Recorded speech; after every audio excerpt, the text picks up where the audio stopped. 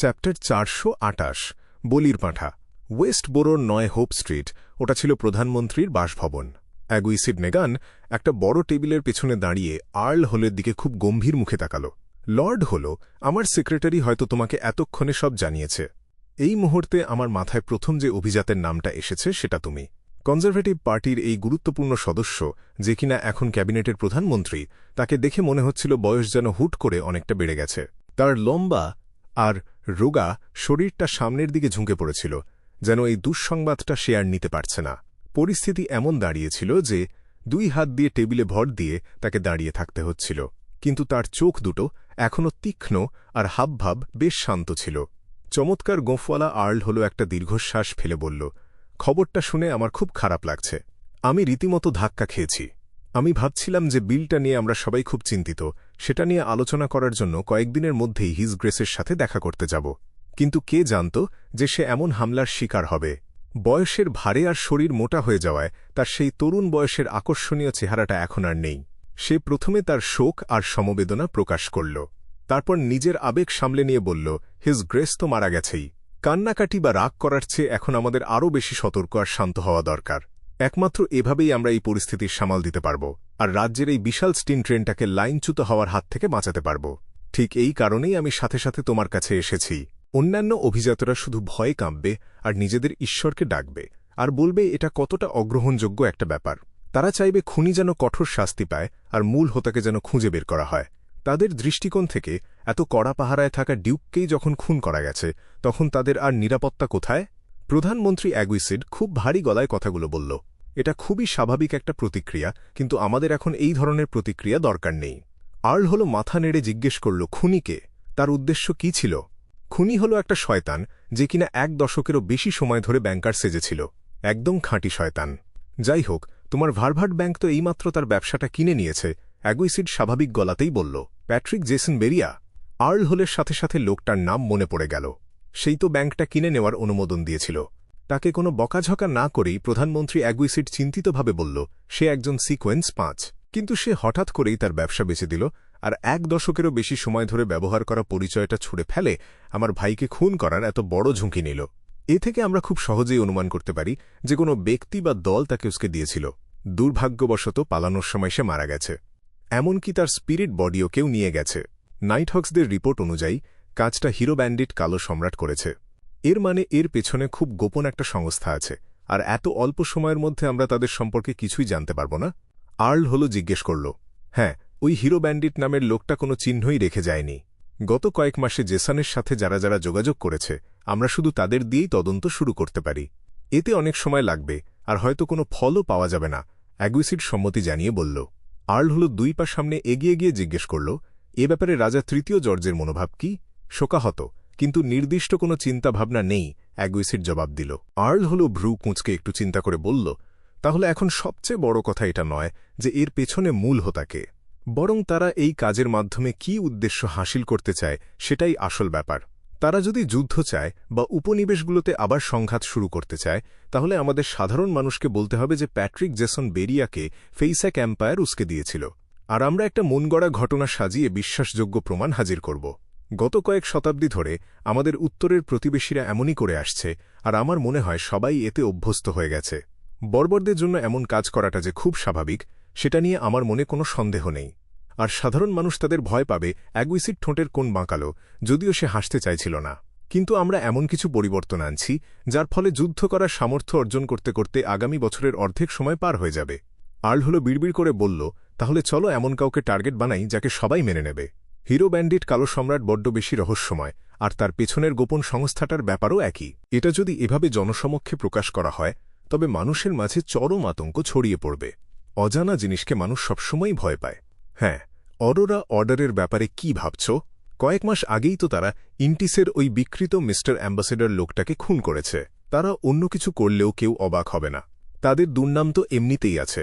সংবাদপত্রগুলো তাদের নিয়ে এতবার লিখেছে যে তারা এখন অনেক উপন্যাসের ভয়ের উপাদান বা ভিলেনে পরিণত হয়েছে। তাছাড়া এর ফলে আমাদের ওপর থেকে মানুষের সন্দেহও কমে যাবে। এমন অনেক মানুষ আছে যারা বিশ্বাস করে যে আগের খুনটা আমরাই অরোরা অর্ডারকে দিয়ে করিয়েছিলাম। তাছাড়া এই অবৈধ সন্ত্রাসী গোষ্ঠীর বিরুদ্ধে লড়াই করার ফাঁকে চলো ব্যাকলুন্ড শহরটাকেও একটু পরিষ্কার করে ফেলি। এখানে অনেক বিপজ্জনক লোক লুকিয়ে আছে।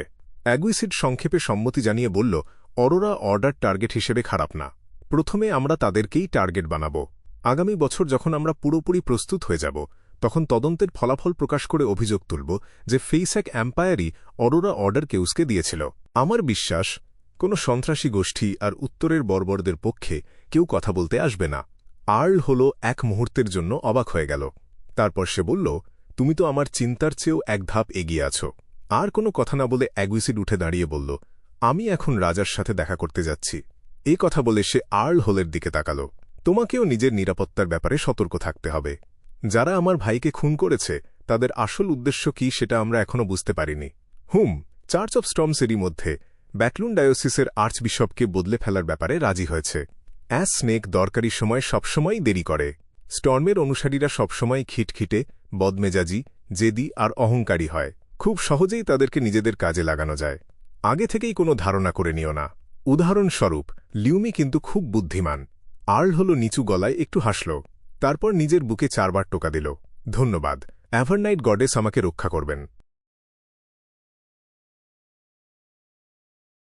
টুয়াইলাইট হার্মিট অর্ডার নামটা শুনতে বেশ ভারিক্কি লাগে।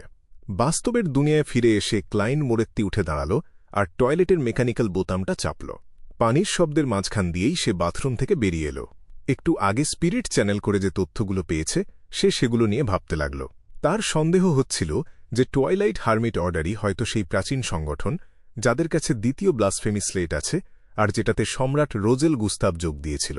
তথাকথিত ঐতিহাসিক প্রক্রিয়ার দোহাই দিয়ে ডিউক নেগানকে খুন করার সিদ্ধান্তটা শুনতে একটু অদ্ভুত লাগলেও এর পেছনে যুক্তি আছে বলেও মনে হয়। তাদের লক্ষ্য কি আদি সৃষ্টিকর্তাকে পুনরুজ্জীবিত করা বা জাগিয়ে তোলা? এটা তো সিটি অফ সিলভারের বিশ্বাসেরই মতো। ডেরিক বার্গ আর তার সঙ্গীরা কখনোই বিশ্বাস করে না যে সৃষ্টিকর্তা মারা গেছেন। তারা শুধু এটুকুই মেনে নিতে পারে যে তিনি ওই জায়গাটা ছেড়ে চলে গেছেন, আর তারা প্রতিনিয়ত তার কাছ থেকে কোনো সাড়া পাওয়ার চেষ্টা করছে। ক্লাইন পায়চারি করতে করতে নিজের চিন্তায় ডুব দিল। কতক্ষণ পার হলো কে জানে, হঠাৎ করে সে দরজায় টোকা পড়ার শব্দ শুনতে পেল। এটা কুইল্যাক ক্লাবের কোনো পরিচারক বা কাজের মেয়ে ছিল না।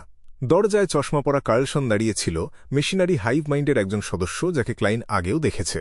তুমি ভেতরে ঢুকলে কিভাবে? ক্লাইন ইচ্ছা করেই জিজ্ঞেস করল। কার্লসন যখন দেখল যে ক্লাইন আসলেও ঘরের ভেতরেই আছে, তখন সে একটু স্বস্তি পেল।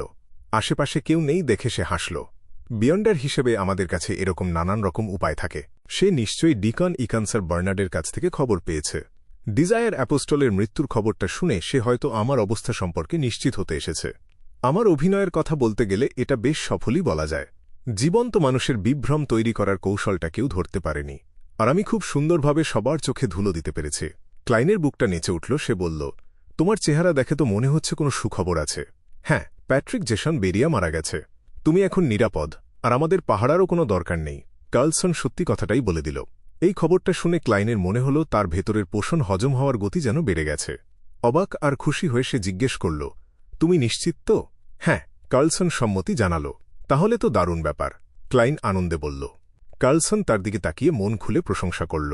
তোমার ডিটেকটিভ সুলভ বুদ্ধি আর যুক্তিসঙ্গত চিন্তাভাবনা আমাদের অনেক সাহায্য করেছে। ডিকন লিখেছে যে এই ব্যাপারটা শেষ হয়ে গেলে তোমাকে গোপনে একটা পুরস্কার দেওয়া হবে, হয়তো 1000 পাউন্ডের মতো। 1000 পাউন্ড খারাপ না, বেশ বড় অঙ্ক। তবে জেসনের স্যুটকেসে থাকা নোটগুলো যদি 5 বা 1 পাউন্ডেরও হয়, আর তার গয়নাগুলো যদি খুব বেশি দামিও না হয়, তাহলেও তো সব মিলিয়ে প্রায় 50,000 পাউন্ডের মতো হওয়ার কথা, তাই না? ন্যাশনাল অ্যাটমসফিয়ারিক পলিউশন কাউন্সিলের মেরি হয়তো কোইম কোম্পানিতে তার শেয়ার ধরলে এত টাকারই মালিক হবে। হ্যাঁ, স্পেলসিঙ্গার অফ গডকে ভুল পথে নিয়ে যাওয়ার সময় জেসনের সঙ্গী ফিমেল বেরিয়া অ্যাকমপ্লিস হয়তো কিছুটা টাকা নিয়ে গিয়েছিল। বাকি টাকাটা হয়তো 20 থেকে 30,000 পাউন্ডের মতো হবে, কিন্তু তার কাছে 1000 পাউন্ড তো কিছুই না। কি আফসোসের ব্যাপার। আমি অবশ্য ওভাবে ভাবতে পারছি না। হয়তো জেসনের সঙ্গী আগেই সব সম্পদ নিয়ে পালিয়েছে। ক্লাইন একই সাথে কিছুটা হতাশা আর আনন্দ অনুভব করল। আর মেশিনারি হাইভ মাইন্ডের এই পুরস্কারটা এই কদিনে তার অভিনয়ের সফলতারই একটা বড় প্রমাণ। এতে তার মনে হল সে যেন পোষণটা পুরোপুরি হজম করা থেকে মাত্র এক ধাপ দূরে আছে। এটা তো আমার দায়িত্বই ছিল। তাছাড়া হুমকির মুখে তো আমিই ছিলাম। ক্লাইন হাসল। জেসনের সঙ্গীর প্রতিশোধ নেওয়ার ব্যাপারে তার কোনো ভয় ছিল না, কারণ প্রতিশোধ নেওয়াটা একটা ফাঁদ ছাড়া আর কিছুই না। আর সবচেয়ে বড় কথা, সে তখন সিকোয়েন্স 6 হয়ে যাবে। কার্লসন চশমাটা একটু ঠিক করে চিন্তিতভাবে বলল, শার্লক, তুমিও তো ঈশ্বরে বিশ্বাস করো। আমরা তোমার সাথে একটা ভালো সম্পর্ক গড়ে তুলতে চাই। ভবিষ্যতে তুমি যা যা দেখবে বা যেসব তথ্য পাবে সেগুলো আমাদের জানাতে পারো। এরা তো আমাকে মেশিনারি হাইভমাইন্ডের একজন চর বানাচ্ছে। আমার কাছে টাকা ফেরত পাওয়ার আরেকটা পথ খুলে গেল। ক্লাইন তার বুকে 3 কোণা একটা পবিত্র চিহ্ন আঁকল। কোনো সমস্যা নেই।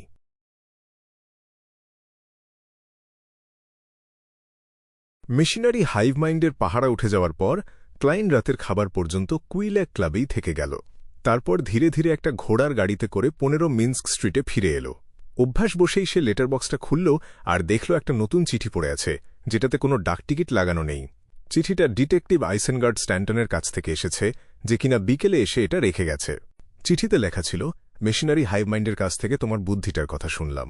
তোমার তীক্ষ্ণ বুদ্ধি আর সতর্কতা সত্যি অবাক করার মতো।